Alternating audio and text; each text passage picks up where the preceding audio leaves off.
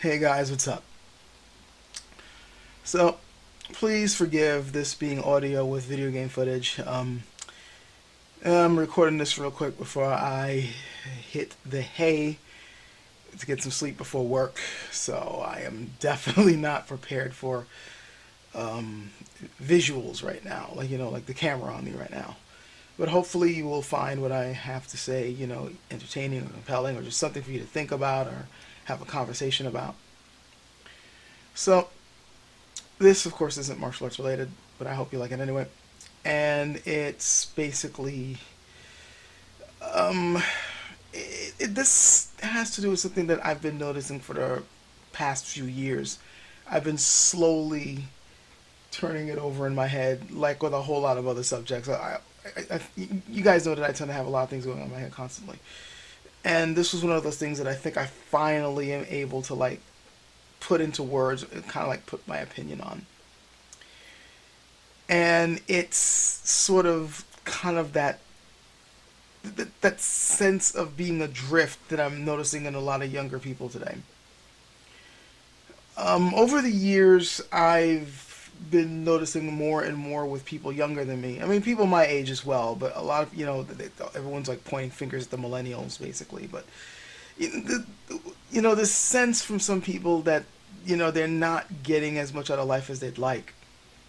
Um, a sense of being adrift, a sense of you know wondering is all there is, if life is always going to suck. The sense that they are worse off than the people before them, and there's a lot of reasons for this, certain political reasons for this, and other things. But it's basically a sense of aimlessness and not really knowing if there's any real purpose to their lives. Again, there's several reasons for it, but one particular reason I can think of that I wanted to talk about in this recording is the fact that the reason is because at the moment they really don't have a real purpose. And that's kind of upsetting if you're a human being. See, we have a major need for things to make sense. The way our brains seem to work, we try to categorize things, we try to define things, and we try to, like, all the things that we encounter, we try to put it within a certain type of framework so we're able to navigate the world around us. And it's not just, things that are different from us, but even ourselves, we try to find some way that we fit within our own framework, our own social network, and so on and so forth. And this is basically how we form our societies. This is how cultures get formed. This is how we form our ethics and so on. We come up with a particular framework that we think makes sense, and then we go along with it. And within that framework, we have a certain role, or certain duty, or at least the framework that we're living in, the society that we're living in, you have a place within it, supposedly. Now, whether or not you actually play that part is up to you, but you at least still have something to work with. And that's rapidly changing these days. With, I'd say, I hate to say it because of how this term's been abused, but with this clash of ideas, clash of cultures, and so on and so forth, and us having to now question things that we at one time took for granted or took to be true, with a lot of that being thrown out the window and a lot of things being re-examined and being turned on its head, and us having to redefine what it means to be human, a lot of people are finding themselves adrift because what they originally thought was true is no longer true. What used to give them purpose, or what used to give people a sense of purpose, no longer seems valid to a whole lot of people. And there hasn't really been a good replacement. And that's what I think is making people feel adrift, because if you haven't given yourself a sense of purpose in your life can really start to suck. This is when you get those existential crises that people seem to be going through a lot. Say what you will about religion, and I got plenty to say against it. I mean, if you've seen the start of my channel, I have plenty to say against it. But one thing I will have to admit is that it, at the very least, gave people a sense of purpose and a definite role in the world that they were living in. Like, they knew, quote unquote, why they were here and what they were supposed to do. Now, never mind the fact that nihilists actually have a point when they say there really isn't much point to life itself. Like, life just is. If you really want to look at the bleak reality, well, it's not really bleak, but it's bleak to a lot of people because of the way, we feel that life has to have a purpose. Why are we here? What was I meant to do? It really isn't anything. Life just is. You just are. Life is what you make of it. You're the one who gives your life meaning. But that's a hard thing for people to swallow. When they realize that so much, like just about everything that we can think of as far as our ethics, our morality, our culture, it's mostly just bullshit. It's stuff that we've made up in order to come up with. We came up basically with a set of rules so that we can work with each other in the world around us. But it's really an illusion. And religion is one of those illusions, but it was for a while a useful illusion. It gave people a sense of purpose. Because you got to remember, and I say this over and over again, we're social creatures. We are social animals. We work best in a group. We function well with a group dynamic. I know there's plenty of us that feel like loners. I feel that way too at times. Sometimes these people get the hell away from me so I can just concentrate on my work or be with my thoughts and so on and so forth. People can be really freaking annoying. I get that. But you also have to admit that we wouldn't be able to. There's certain aspects of our lives that we wouldn't have been able to reach or to be able to take advantage of if it wasn't for other people. And ultimately, we still do best when we're able to be among others, share our thoughts with others, vent to others, lean on each other's shoulders emotionally or supposedly, even just simple physical touch is something that is very beneficial to human beings. We're geared around this. So since we are social creatures and we all work best within a group, and in fact humanity would not even reach the level that we're at now if it wasn't for the fact that we worked as a group and built off one another's work. Or everything, including this computer that I'm working on, and I'm recording this with right now, it's only possible because of building off the work of others. Period. This whole thing about individualism, it's a bit overrated. I'm not saying that it's bad to be individualistic, but it only goes so far. This is, of course, not to say that the group is the end-all be-all, but our individualism thrives on being able to work with the group. So with these group dynamics in play, us having to work with each other, we form societies, cultures, ethics, moralities, things so we can, function in a harmonious way. And even if many of these rules are based on things that aren't necessarily rooted in reality, it's still ultimately rooted in the main reality that we have to work with one another. And if we're all working with one another, if we're all in a group dynamic, well, then there's a role that you have to play, right? And the reason why you're playing a certain role is because there's a certain, result you're trying to work towards. You're something that you're progressing towards. There's something you're trying to achieve. There's an end result. The end result, of course, is, to continue on, continue the proliferation of humanity itself, but there's still a goal. And that's what gives you that purpose. So to go back to religion, if the religion is basically telling you that you are a child of some god, or you're the servant of some god, and this god wants something from you, and you just got to do that, and everything's gravy, and you do these things, and everything does seem gravy. Everybody in your society rewards you for being this devout person. The rules give everyone a framework with which to thrive and function. And you now have a sense of purpose. You know what it is that you're supposed to do. And when you do it, it seems to yield good results. More or less. I mean, again, you know what I have to say about religion, but it at least gave people a reason to wake up in the morning. You know what I mean? It gave people a reason to, tie their shoes on, go to work, because they knew what they were working for. They knew what it was all about. They knew what the end goal was. This is what my life's about. This is why I'm here. You know what I mean? We all want that sense of, okay, this is why I'm here. And this is what I'm working towards. And this is my purpose. And as long as I'm following this purpose, I feel fulfilled. But if you've been paying attention to what's been going on in the past 10 years or so, more than that, with the rise of atheism. And I say rise, atheism has always been around. It's always been around. But the internet has really helped to proliferate atheistic ideas even more, because now that so many religious people, so many groups, period, were kind of isolated in their own communities. And as long as they stayed in those communities that believed the same things they did, these ideas were not challenged. This point of view was not challenged. And then you get online and you see a whole lot of people who believe different things than you do, assuming you are religious. You know what I mean? I'm using an example. And they can back up their stuff and you can't. And this has gotten a lot of people to question the original lives. You're seeing a whole lot of people now, so many atheists were people who were originally religious.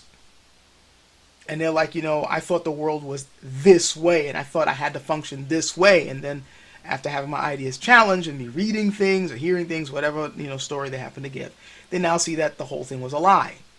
So they tossed it aside, which is all fine and good. If you find a better way of looking at the world, it's fine. Then there's nothing wrong with gaining new knowledge and educating yourself. Even you're ignorant, However, and this is something that used to be said, and it's still being said, but I don't think people really understood it. Not just the people that this was said to, but even the people saying it, I don't think fully understood what they were saying. When they said that, look, atheism isn't a creed. It isn't necessarily an ideology. It's not a code of ethics. It simply is a statement claim. It's just simply you saying you don't believe in God. It's really all it is. It doesn't give your life purpose. It doesn't have a set of rules. It doesn't have a set of guidelines. There is no social structure. It's just a state of being. It's a way of looking at the world. It's a particular worldview where you say that there is no God or gods. There's no supernatural entity controlling her. Religion, for the most part, is bunk. That's the position of it. And it's not necessarily going to give you purpose, because that's not really what it's meant for, if it means anything at all. And so you had a whole lot of young people, and this is the thing, I was seeing this years ago when I had first started my channel, and my channel for a while was that Black Atheist dude. A lot of people were liking my videos because, I had a lot of things to say about what was really in the Bible, because I was one of the few people that actually read the freaking thing. A lot of people, I was noticing a lot of young people who were jumping on this atheist bandwagon because it was a rebellious thing to do and it was kind of cool. But I noticed a lot of these people who were jumping onto these things didn't really have anything else in life. And either they were ex-religious people themselves or they were outcasts themselves. They needed something to latch onto to give themselves purpose. And this became their life. And all their life was them just basically saying, I don't believe in this religion stuff. And they didn't really do the groundwork. They didn't really study this stuff. They never read the Bible. They just repeated what other people were saying. And now they're older. And again, since atheism isn't exactly, something that was meant to give your life purpose, now they're like, okay, what does my life mean? Now, again, there are some atheists who, they didn't fall for this trap. They understand what this is. It's not... they're like, okay, yeah, it's just me just not believing in God. But, I still have to... Okay, I threw away something that originally gave my life purpose that said that I'm supposed to do X, Y, and Z. And I realized I don't really need to do that. But I still need to live on this planet. I still need to live in this country, this society. So what am I doing in it? And then they realize, well, I still have things I want to do in life. This is what gives my life purpose. So I will pursue that. This is what I think is what it means to be a good human being. So I'm going to do that. And they more or less are able to live a balanced life. But a lot of people aren't able to do that. Especially if the reason why they jumped on this in the first place, this new worldview, is simply because they wanted something to belong to. And for whatever reason, they felt rejected by or didn't feel a part of the framework that they were originally a part of. And so they jumped on a new thing that really didn't give their life any real purpose, any real meaning. And they didn't know how to give themselves meaning. And now they're in their 20s or approaching 30s, and they have no freaking clue what to do in life. And they got no freaking clue what gives themselves purpose. And now they feel adrift.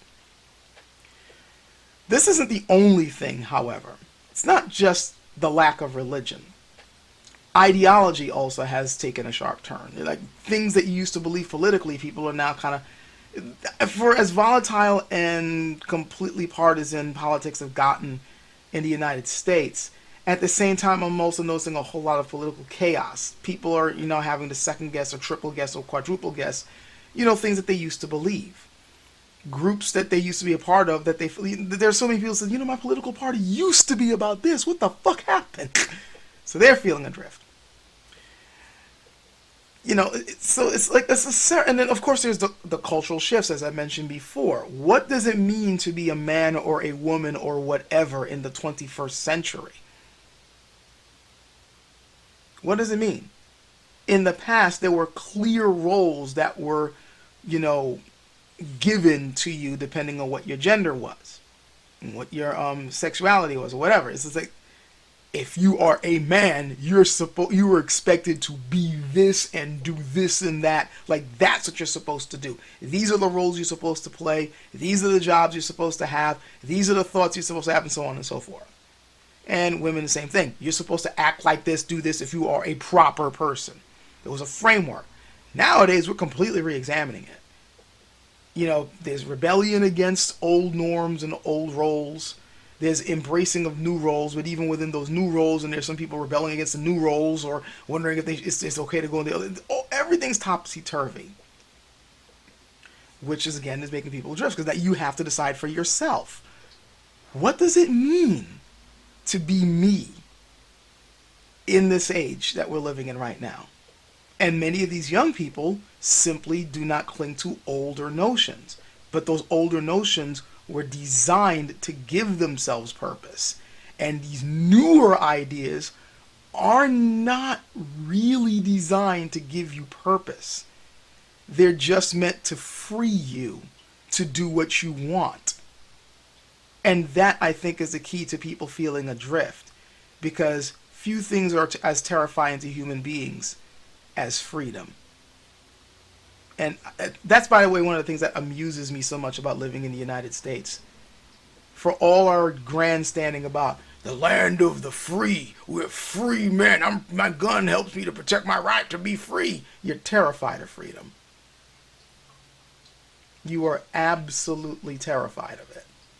Because it means you have no freaking clue what to do. There's nothing spelt out for you when you're free. There's no one telling you what to do when you're free. Truly free. Where you have to define your own way in life. Where you have to figure things out for yourself. There's no rule book. There's no code. There's no roadmap. It's just you trying to figure your way around in this new universe. This where you just suddenly realize, holy shit, it's all up to me. And there's no one to hold my hand. That's terrifying if you sit down and think about it. Especially when you consider the way we've been living our lives for centuries. We meaning human beings, of course, all of humanity. I think this is what's making people feel so adrift. Part of the reason, again. There's a lot of reasons for this. Some of it, a lot of it's self-inflicted. A lot of it, we can talk about political corruption. We can talk about, stuff going on in the economy. We can talk about the fact that things are so effed up that, again, younger people these days are going to be worse off than older people because of, the corruption going on, lack of jobs, money being siphoned to just one group of people. We could talk about all those things, and they're not wrong. But a big chunk of what's going on right now with young people is simply that they're having to redefine what it is in society they have, what roles they play, what it means to be them, what gives their lives meaning. And unfortunately, it means that a lot of people are latching onto some rather stupid things to give their lives meaning. I mean, when I see people frothing at the mouths over something as stupid as movies and video games and how certain people are portrayed, in a rather superficial way, that's when I know people are desperate to latch onto anything to give their lives meaning. If you find yourself having what feels to you like a major moral crisis over an argument, over how certain characters are portrayed in a fictional freaking work of art, you may want to re-examine your priorities. But this is, to me, a symptom of what it means when you don't have any real purpose in life. I'm thinking this is also the reason why people are latching onto ideologies that are kind of fucked up. the rise of some real harmful radical elements in the States. And we know what groups we're talking about. I know some people are, yeah, you're talking about the radical leftists. The radical leftists aren't the ones who are willing to go off and kill motherfuckers. Okay? Let's look at the track record here. They're not the ones necessarily going around saying that there's one race of people who's superior over another. Let's be real here. Okay? But I will say this. For as harmful as some of these other ideologies are, it gives these guys purpose. They didn't have purpose in life before. They didn't know what to do with their lives because they're living in a world now when being who they are it no longer means the same thing as before. And now they're like, well, what does it mean to be me now? I used to be the status quo. Now I'm not. Everyone's hating my guts for no goddamn reason. Like, what the fuck? And now they see an ideology, an identity that gives them a sense of purpose, that gives them new meaning, that raises their self-esteem, raises their value, in their eyes, gives them a reason to wake up in the morning. So of course they're going to latch onto it because human beings need that sense of purpose to go on in life. You might be wondering, why the fuck do we need to have that sense of purpose if life itself is just. Why do we have to be that freaking stupid? It's not necessarily stupid. It's basically a feature of being human because, again, we are social creatures. We work well in a group dynamic. And when you're in a group and you're all working towards a certain goal, you feel fulfilled. When you aren't able to work within that group, speaking as someone who's a bit of an outsider, it's something that I could walk around and say I'm proud. Yeah, I'm proud I was an outsider because I didn't fall for the stupid shit that the group fell for. But it wasn't exactly something that, I could feel proud of it, but it's not necessarily meaning that it was all gumdrops and roses. It felt lonely and sad most of the time because you want someone to relate to. You want someone to be able to share in what you're going through. There are people who are able to live completely solitary lives, but those are few and far between because human beings, again, I keep repeating this because it's important and it's true. We are social creatures. There's a lot of talk about, so many people are, delving into video games, and I'm finding it funny that I'm mentioning this considering that I got a video game playing in the background. But a big chunk of the reason why people are jumping into video games isn't just because it's a form of escape from the misery that many of us are going through in life. It's because many times in video games we have a definite role to play. A good chunk of the games that people are playing are multiplayer, where you work in a group and you have a defined role. And there's an objective that you're all working towards. There's a particular goal in mind. There's a result that you're trying to get to. And when you're able to work towards it and you succeed, it feels fucking great. And it feels really good when people go, okay, yeah, I want Johnny to be on this. He's a damn good medic. I know he's going to be able to keep us alive. And Johnny's like, yeah, my team needs me. That's my role. That's my purpose when I'm here. I'm here to keep the team alive. I'm good at it. And I know if I do that, then we can all work toward that goal and win. It feels good because now you're part of that group dynamic. You have a purpose now. And considering that life itself, the life we make for ourselves is a game anyway, isn't any wonder that we're able to jump into video games and kind of lose ourselves in that? Think about it. Society itself, our culture itself, is basically set up upon a bunch of rules and ethics and morals that we pretty much just make up. It's a certain framework and we have to play a certain way to succeed. That's a game, really. And a video game is just a more entertaining version of that. So yeah, I don't, even after everything I've just said, keep in mind that this is stuff that I'm still just thinking about, and I can change, with new information, I can look back on what I said and goes, okay, maybe I was a little bit wrong about that, or I could have defined this a little bit better, because it's still something I'm thinking about. I'm living my life day to day, and I don't have all the answers. But I'm hoping, I am still convinced that a good chunk of the reason why people these days are just like feeling a bit adrift or latching onto some really meaningless stuff and yet having major wars over it, arguing on the internet over stupid shit.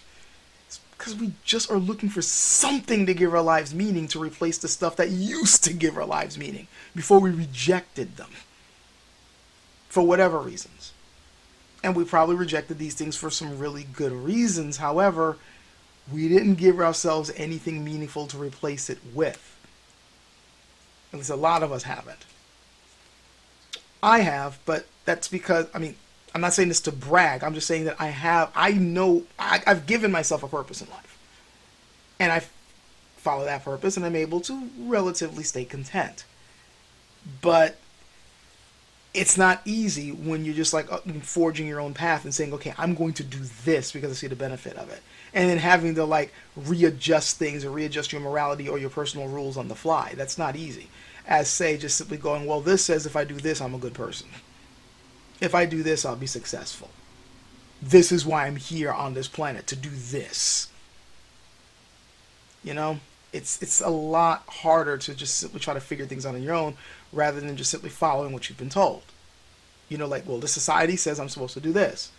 And as long as I go along with that, then me and the society works out just fine and I feel good about it. And even as an outcast, you find yourself joining other outcast groups that happen to believe some of the same things you do.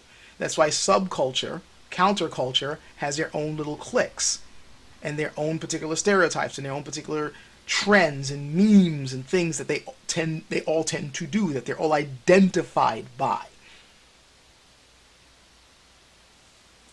So I hope this gave you guys something to think about. I really hope that it's something that helps people to figure out, you know, or at least give them a stepping stone to try to, you know, figure out what they can do for themselves if they themselves are feeling that a bit adrift or feeling a bit lost or like finding themselves getting caught up, like attaching their lives to things that really don't mean much in the long run, you know. And of course I could hear the counter argument, well, pretty much nothing in our lives mean anything in the long run because at the end of the day, you know, the world's going to keep on spinning and we're like a tiny meaningless speck in a gigantic freaking universe. Yeah, but maybe in the entire universe our lives mean very little. But here on this planet, it means quite a bit. We all have to get along with each other. We all have to be able to function in a way that's beneficial for our personal lives and those around us. When we're able to live in harmony, we add to the harmony for everyone else in the world, which ultimately is how human beings are basically supposed to function if we're going to continue on. That's my view anyway. This was almost half an hour of me ranting. If you're still listening, thanks. I applaud you for that because I know it's just me ranting for half an hour. So, but again, hope you got something out of it. I'm glad you guys continue to, you know, support the channel and watch what I put up and hear what I have to say, and hope you guys are able to continue doing that. And I'll catch you guys later.